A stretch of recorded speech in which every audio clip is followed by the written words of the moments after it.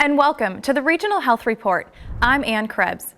This monthly program highlights the world-class health care provided at each of our Regional Health Command Atlantic medical facilities to soldiers, their families, retirees, and other beneficiaries.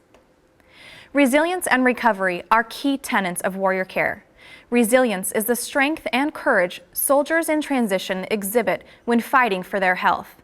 Recovery is the progress they make after sustaining wounds, injuries, or serious illness. Both resilience and recovery were on display at Fort Bragg, North Carolina, where soldiers gathered to work toward qualification for the 2016 Department of Defense Warrior Games. Sergeant First Class Aisha Austin reports. One of the great elements that make our country who we are is the American spirit. I don't think there's any one singular event that demonstrates the American spirit than what is going to happen here this week. The 2015 Warrior Games regional trials for the Regional Health Command Atlantic took place at Fort Bragg, North Carolina, November 2nd through the 6th. More than 40 wounded, injured, or ill athletes representing installations across the East Coast competed for the chance to go to Fort Bliss, Texas in February 2016 to prove their mettle and vie for a place on the Army team. The active duty soldiers and veterans participating in the regional games competing in one or several of the events, which included shooting, archery, sitting volleyball, cycling, track and field, and swimming. Mike Thomas retired from active duty 5 years ago and continues to work with the military as a Department of the Army civilian. He had open heart surgery for an aortic valve replacement 8 months ago and hopes to inspire other soldiers who face an illness or injury to compete as a way to not only rehabilitate physically, but emotionally and spiritually as well. I mean, the Warrior Games are the wounded, ill, injured, sick version of the Olympics. So every now and then, all three events happen in the same year, the Warrior Games, the Paralympics, and the Olympics. But this version of the Olympics, if you will, and it is governed by the U.S. Olympic Committee, is a phenomenal way for those who had served in uniform in all services to continue to lead their lives and to live full, healthy, and productive lives through sport and competition.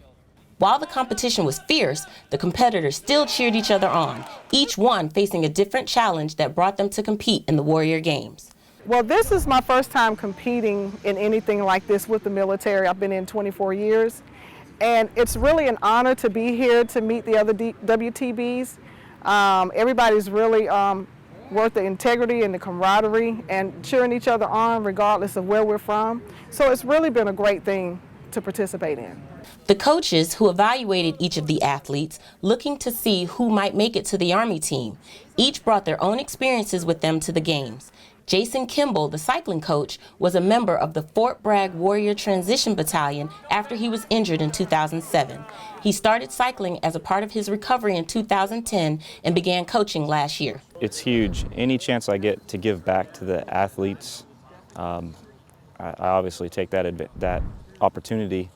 You know, I've been in their shoes. I know exactly what they're going through, and any way I can help them, I will. For the Regional Health Report, I'm Sergeant First Class Aisha Austin. Active duty competitors are assigned to warrior transition units, which offer recovering soldiers the dedicated time and place to heal.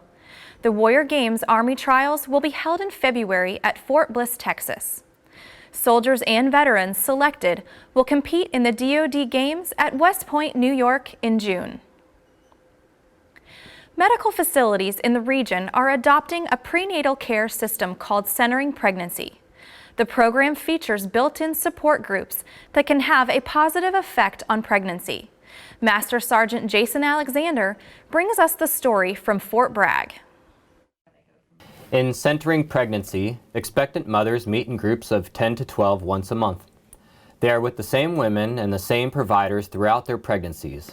We found that this type of prenatal care model serves as a great way of support for women coming from all kinds of backgrounds in terms of whether spouses are deployed, if they're a single mother, if there's any kind of stress in one's life, being able to look at 11 other women around them at the same time that serves as support for the pregnancy. Marcelle Johnson has been a midwife at Womack for 20 years. Since 2010, she has led centering sessions.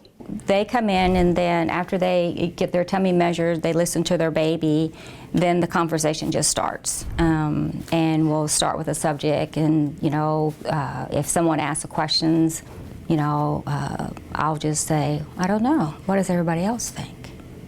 What would you do? What do you think? And then it starts from there. Because there are a lot of myths out there that are settled in a group setting like this. While centering pregnancy works well for first-time mothers, those with childbirth experience also gain from the program. Having had a child before, I probably would have come into my appointment and said, yeah, I got it, I gotta go, Yeah.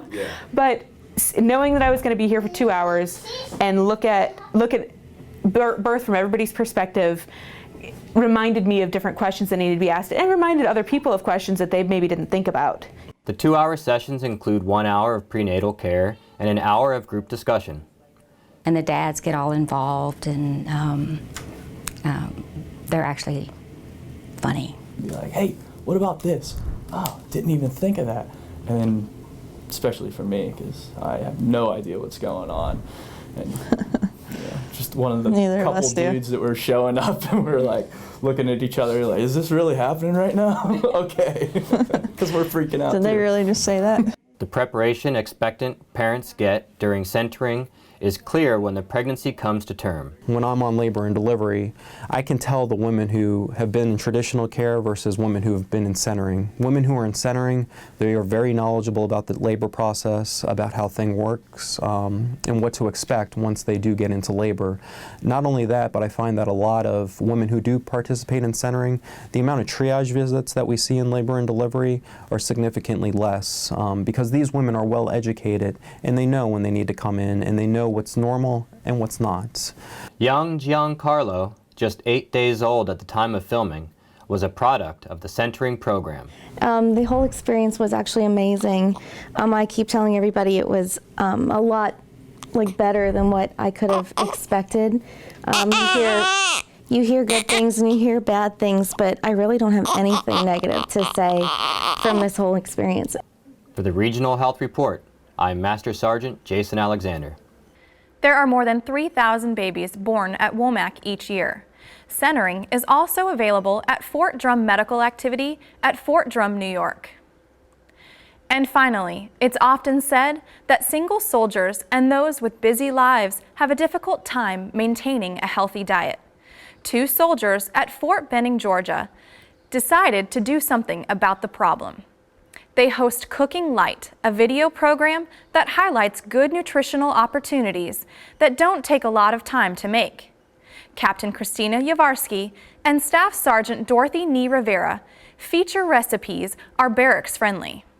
The Wynn Army Community Hospital dietary duo demonstrate meals that can usually be prepared using a microwave oven. To see the show, go to YouTube and search Cooking Light Episode 5. And that's the Regional Health Report for December. Join us next year for another show highlighting healthcare across the region. In the meantime, don't forget to check us out on Facebook, Twitter, Pinterest, and YouTube. Thanks for joining us.